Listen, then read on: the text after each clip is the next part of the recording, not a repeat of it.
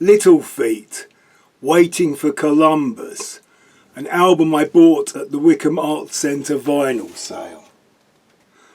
I would have had little interest in this 1978 album when it came out, even though it was recorded at the Rainbow Theatre in London.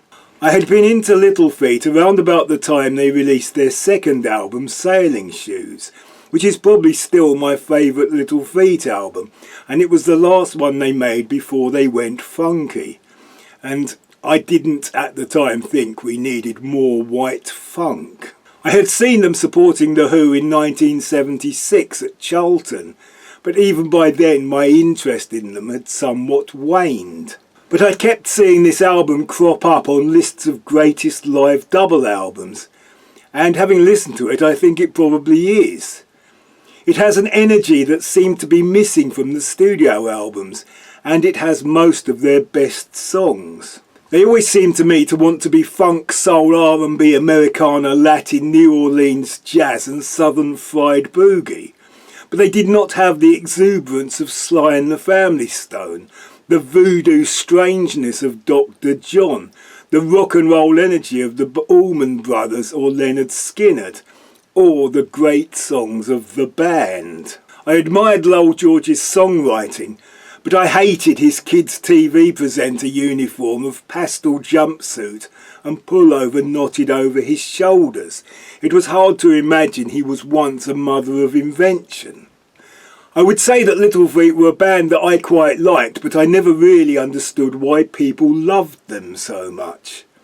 I have a compilation CD which has all the songs you really need, and I do have most of their albums, and each is a decent listen, with usually one or two standout tracks. The thing that made Little Feat interesting was the way that they would establish a groove that any other band would have sat on for a whole song, but they would then go and interrupt it. Songs suddenly change direction with breathtaking agility, and go into unexpected instrumental passages.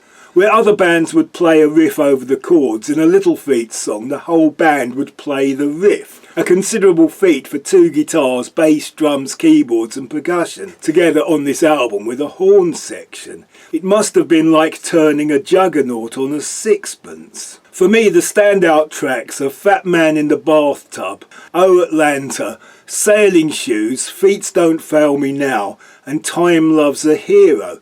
Each of these have very catchy choruses. Obviously I love the song Willin', which is probably their best known acoustic number. I have loved Willin' since the first time I heard it, and I love it every time I hear it at open mics. And then there is Dixie Chicken, a song that at the time I thought was disappointingly funky, but now I appreciate it as a true rock classic. And this extended version includes a slice of Dixieland jazz, courtesy of the horn section. The Little Feat style is a bit like trad jazz in that the slide guitar and the barrelhouse piano weave in and out of each other. There is some great harmony singing, especially on the I've Been Down But Not Like This Before hook on All That You Dream, and their version of Don't Bogart That Joint from the Easy Rider soundtrack. The album actually starts with an a cappella track called Join the Band, which I think could have been longer. On their studio albums they seem to me to be too cool and laid back to really let go, too Californian, too LA, somehow too constrained to really rock and roll. However, the live version of Tripe Face Boogie pounds away like an express train. The only Little Feat classic that I can think of that is missing is Long Distance Love, Waiting for Columbus.